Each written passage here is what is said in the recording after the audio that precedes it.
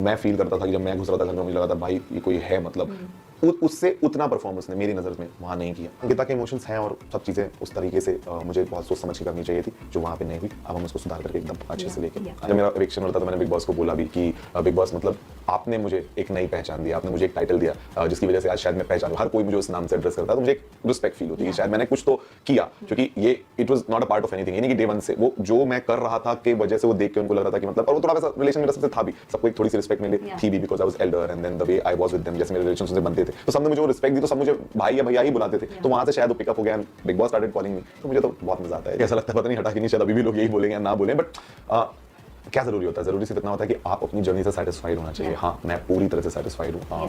कुछ चीज़ें ऐसी हैं जो थोड़ी और पोलाइटली थोड़ा अच्छे से एड्रेस हो सकती थी, बट उसका अदर साइड भी यही है कि ठीक है, मतलब हम वो शो ऑफ पर्सनैलिटी का था, आपको रियल रहना था, जो इमोशन आ रहा है आप बोलो, और वहाँ पे अभिव्यक्ति की आज़ादी है, सब लोगों को सब कुछ बोलना अलाउड है। तो आप अगर वहाँ गए और वहाँ भी आपने संकोच किया तो फिर तो कुछ है ही ना, फिर यू नॉट बीइंग रियल। आप जो बाहर की जिंदगी में हो वो आपको वहाँ नहीं रहना है, वहाँ वो बिग बॉस का घर है, बिग बॉस के घर जैसा रहना है आपको। तो बिग बॉस के घर में हर वो ख्याल 100 ख्याल आते हैं तो 100 के 100 बोल दो, इट्स लाइक दैट। जो सारे ख्याल बयां करेगा जो भी अनफिल्टर, वो बिग बॉस के घर का रियल रूल फॉलो कर रहा है। That's being real in big boss house. तो मुझे लगता है it was a real journey. Simple है, वो शो ऑफ कन्वर्सेशन है, हम सभी दूसरे से दिन भर बैठ के बातें करते हैं।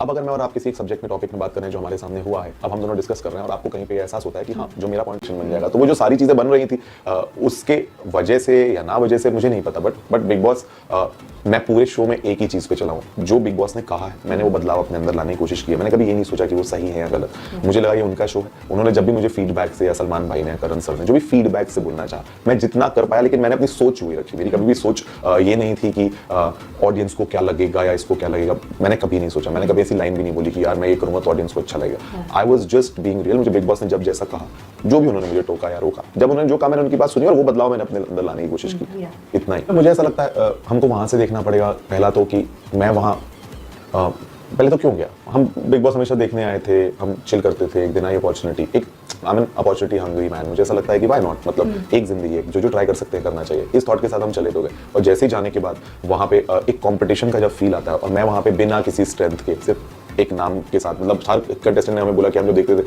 न्यूज़ में से सुनते थे कि इन लोग आ रहे हैं, तो हमको लगता था ठीक है मैम तो ठीक है, बट ये क्यों ही आ रहा है, कौन है, क्या है। तो people were quite amazed after meeting me, और उन सबको मैं बहुत पसंद आ रहा था और सारी चीज़ें चल रही थी। तो मैं शायद ज़्यादा फोकस हमेशा अपने, क्योंकि मुझे पता था कि ये एक प्रोजेक्ट है जिसमें हमें, हमारी लाइफ नहीं है, लाइफ में हमको पता होता है कि हमें अपना टाइम कैसे बांटना है, बट वहाँ प्रोजेक्ट में मुझे लग रहा था कि शायद ज़्यादा से ज़्यादा टाइम मुझे, क्योंकि मेरे पास कुछ सपोर्ट नहीं था, मैं जो वहाँ करता उसकी वजह से ही मैं होता, तो शायद कहीं ना कहीं थोड़ा सा बैलेंस में क्रिएट नहीं कर पाया अपने रिलेशनशिप या अंकिता की इमोशनल नीड्स को मैं उस समय पर तुरंत नहीं पहचान पाया।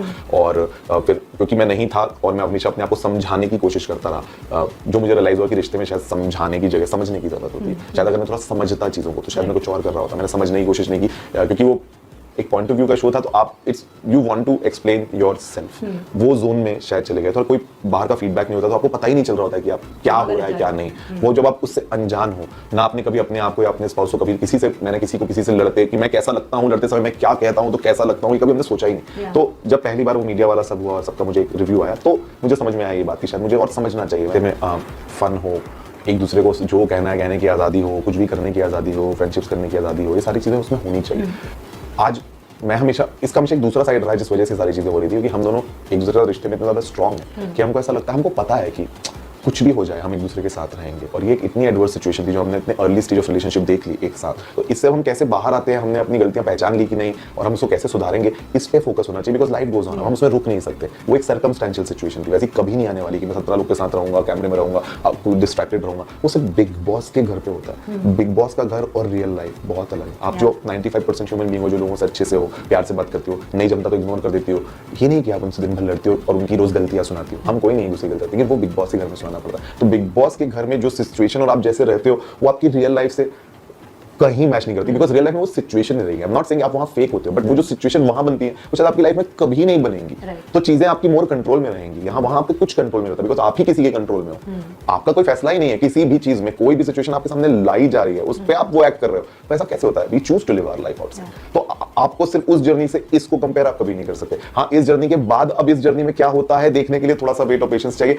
उसको देखने के बाद सब चीजें अपने आप हो जाती है, वो पिक्चर हमें पता है। उतना अच्छा, उतना विश्वास उस रिश्ते में, तब आप एक दूसरे के साथ इस तरह से फ्री हो जाते हो कि आप कुछ भी कह देते हो, मार देते हो, कुछ कर देते हो। ये तब होता है जब आप इतने मजबूत होते हो रिश्ते में। अब किसी को रिश्ता तोड़ना नहीं है, अगर आपको पता है कि अगर आप प्रिटेंड कर रहे हो अपने रिश्ते में और सिर्फ गुडी गुडी इंसान बन के रह रहे हो, तो वो तो शायद आपको उस रिश्ते को बहुत बचाने की जरूरत है। बट मैं और अंकिता इतना श्योर रहते हैं एक दूसरे से कि यार हम कुछ भी कर ले, इवेंचुअली हम दोनों साथ में ही हैं, हमको पता है, तो शायद आप ज्यादा फ्री हो जाते हो। प्रिटेंड कुछ नहीं है, जो फीलिंग आई बोल दो, इट्स मोर ऑफ दैट। ही है, कही हुई बात गलत है, शब्द गलत है, इमोशन सही है। सो इमोशन कई बार उसी सेम शब्दों में हर किसी इंसान से निकले, वो पॉसिबल नहीं है।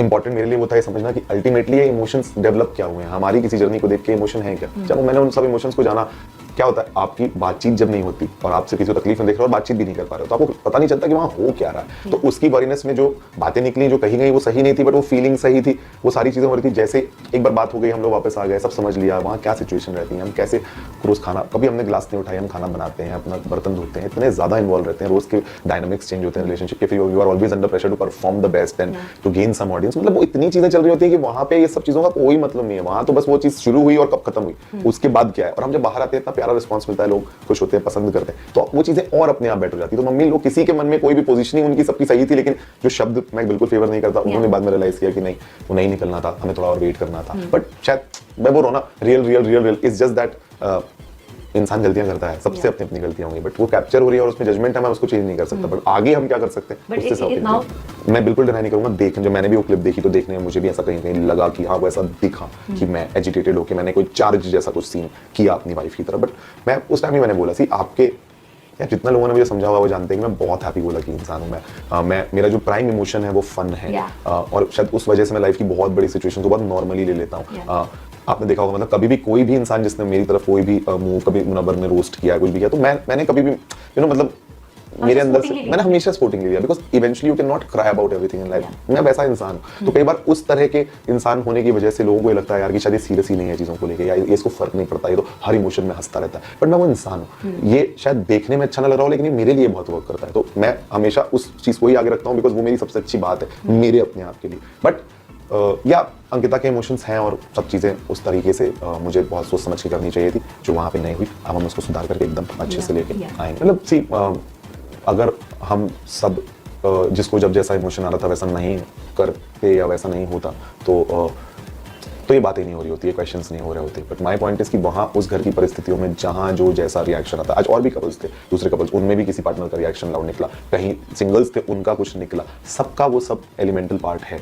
बट वो सिचुएशन कभी नहीं आती लाइफ में। तो वो वर्स्ट सिचुएशन जो आप बोलते हो ना प्लानिंग करते समय कि वर्स्ट टू वर्स्ट क्या हो सकता है, तो ये वर्स्ट टू वर्स्ट सिचुएशन, उस वर्स्ट टू वर्स्ट में अगर हम निकल के वहां से आ गए तो सब चीजें हमारे कंट्रोल में। मतलब प्रोसेस है, वो एक प्रोसेस है, वो कैसे भी आप नहीं जान सकते। जो रिजल्ट आया है वो मुझे ऐसा लगता है आपको मान्य होना चाहिए, उसमें हम कुछ कह नहीं सकते। मैं 6 में था तो उस टाइम भी लोग बोल रहे थे कि I deserve to be in the finalist for sure, but मैं नहीं था, मैं हंसते हंसते निकला वहां से। मतलब सी, वो हमारे हाथ के बाहर की चीज है। मैं अपने एफर्ट्स में विश्वास करता हूँ, हमको जो एफर्ट्स करने थे हमने किए। अब जो भी रिजल्ट है वो एक अलग एलिमेंट, इसमें हमारा कुछ हाथ ही नहीं है, लेकिन उससे ज्यादा खुशी अपनी है। तो वो जो प्राइस आप पे करते हो उधर उस प्यार को पाने के लिए, तो वो प्यार जब आपको मिलता है तो वो प्राइस वर्थ लगती है। तो everything is worth, the position is worth. And शायद आप ज्यादा अच्छा फील करते हो जब लोग आपकी तारीफ करते हैं। मैं अपने मुंह से बोलता रहा हूं कि मैं डिजर्व करता था टॉप फाइनलिस्ट, मैंने कभी नहीं बोला, लोगों ने बोला वो ज्यादा अच्छा है। तो अंकिता के लिए भी लोगों ने यही बोला कि she either deserve to be a winner और एटलीस्ट टॉप 2। तो अगर वो लोग कह रहे हैं तो आपकी जर्नी में दम है। आप मुंह से कुछ भी कह रहे हो, उससे क्या फर्क पड़ता है। तो लोगों ने वो कहा तो मेरे लिए, मुझे लगता है वो ज्यादा बड़ी चीज है। गेटिंग दैट ट्रॉफी से भी ज्यादा बड़ी चीज कई बार हो जाती है अगर लोग आपको बोल देते हैं that you are the real winner and आपके नाम से सीजन जाना जाएगा, आप हमारे विनर हो। अगर इस तरह की बातें आप सुनते हो तो फिर आपको लगता है ठीक है, मतलब ट्रॉफी तो एक स्टैंप है, उसके बाद भी अगर दिल में आपके वो जगह है तो फिर हो गया ना, I am the winner at least for some people. See, मुझे ऐसा लगता है कि मुनव्वर का हमेशा ये था कि क्योंकि मुनव्वर सी ऑलरेडी उसकी एक एस्टैब्लिश्ड ऑडियंस है। वो मुनव्वर को पता है अब कि मैं ये हूँ और वो मुझसे ऑलरेडी प्यार करते हैं, कनेक्ट उनका ऑलरेडी है। तो मुझे बस ये था कि मुझे ऐसा लगता था कि कई सिचुएशन से मुनव्वर शायद और अपना रियल इमोशन दिखा सकता था या नहीं। मतलब मैं वहाँ रह रहा था तो मुझे ऐसा लग रहा था कि जिस मुनव्वर को मैं फील करता था कि जब मैं घुस रहा था घर में, मुझे लगा था भाई ये कोई है, मतलब उससे उतना परफॉर्म उसने मेरी नज़र में वहाँ नहीं किया। तो उसलिए मैं उसको हमेशा कॉल आउट करके बोलता भी था कि मतलब you know there is a chance of improvement, क्योंकि हमको जो फीडबैक मिलता था सलमान भाई लोग से, उसका गेम उन्होंने फ्लैट बताया, फिर और डिक्लाइन बोला, उसके बाद भी उसने कुछ बदलाव नहीं की। तो मुझे ऐसा लगता था कि शायद वो इसलिए रिलैक्स्ड है कि है उसका सपोर्ट, तो उसको कुछ भी बदलने की जरूरत नहीं। वो कंफर्टेबल था, उसने सबसे कंफर्टेबल जर्नी रखी। सबसे भाई आप सबसे लाइफ की अच्छी चीज़ क्या, आप सबसे बार रवीना मैम ने आके शो में बोला था कि अगर if you don't have enemies then you don't have a character, मतलब आप रियल नहीं हो।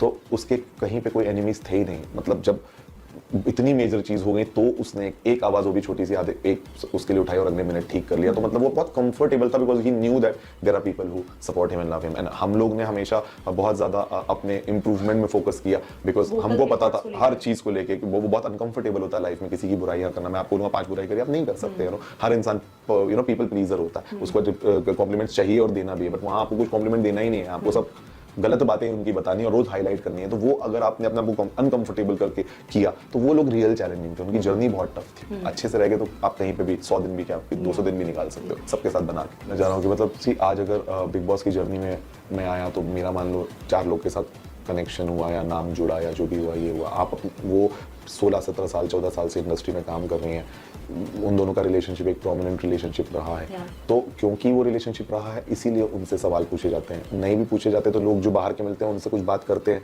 और जब शायद आपके दिल में कुछ होता नहीं है ना और आप सब चीज़ भूल के आगे बढ़ चुके होते हो तो आप उसकी बात मतलब आप आर्टिफिशियल तब बनो जब कुछ है या कुछ दिमाग से अगर आप खेलते हो तो ये चीजें करते हो। जब आप दिल से, अंकिता ने बोला वो दिल से फैसले लेती है, उसको दिल से जब फील होता है वो बात कर लेती है। और मैं ये चीज जानता हूँ इसलिए मुझे कभी उन्होंने हमेशा तारीफ ही की है।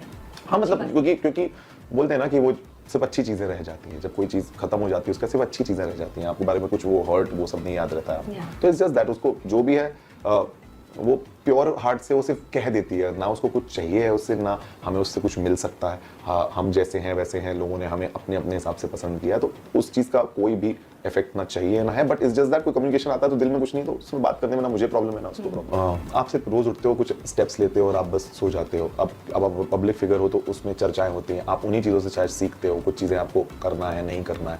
I don't know all of that, it's just that we have no filter.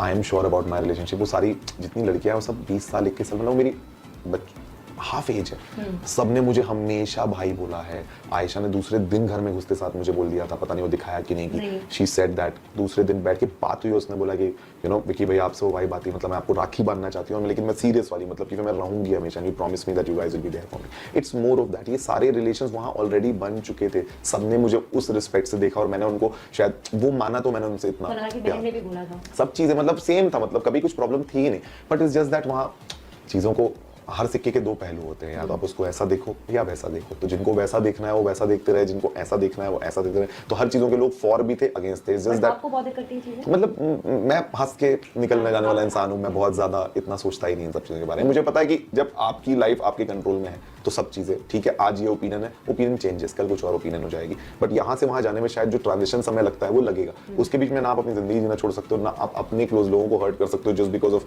Some narrative. So we don't stop. हमारा जैसा जो है सब ऑर्गेनिक हो रहा है, जिसमें जो रिएक्शन देना दे रहे हैं लोग, I can deal with all this. मतलब नहीं करेंगे मतलब ये मतलब क्या करेंगे ज्यादा जरूरी है, क्योंकि चीजें बहुत आउट ऑफ हैंड थी। तो क्या करना है जो हमने सोचा, बस वो एक ही चीज है जो मैंने प्रेस कॉन्फ्रेंस में बोली थी कि अब मैं समझाना छोड़ के समझने की कोशिश कर रहा हूँ कि भाई ठीक है, सिर्फ ये एक रिश्ते को ऐसा मान लो, बाकी सब रिश्तों में आपको जैसे रहना है रह लेना। एक रिश्ते में आपको समझना पड़ेगा। आप समझोगे तो रिश्ता बहुत अच्छे से चलेगा, आप नहीं समझोगे और समझाते रहोगे कि मैं क्या कह रहा हूँ, कभी सॉल्व नहीं होगा। तो शायद हर किसी को अपने रिश्ते में यही चीज लेके आनी है, समझना चालू करो।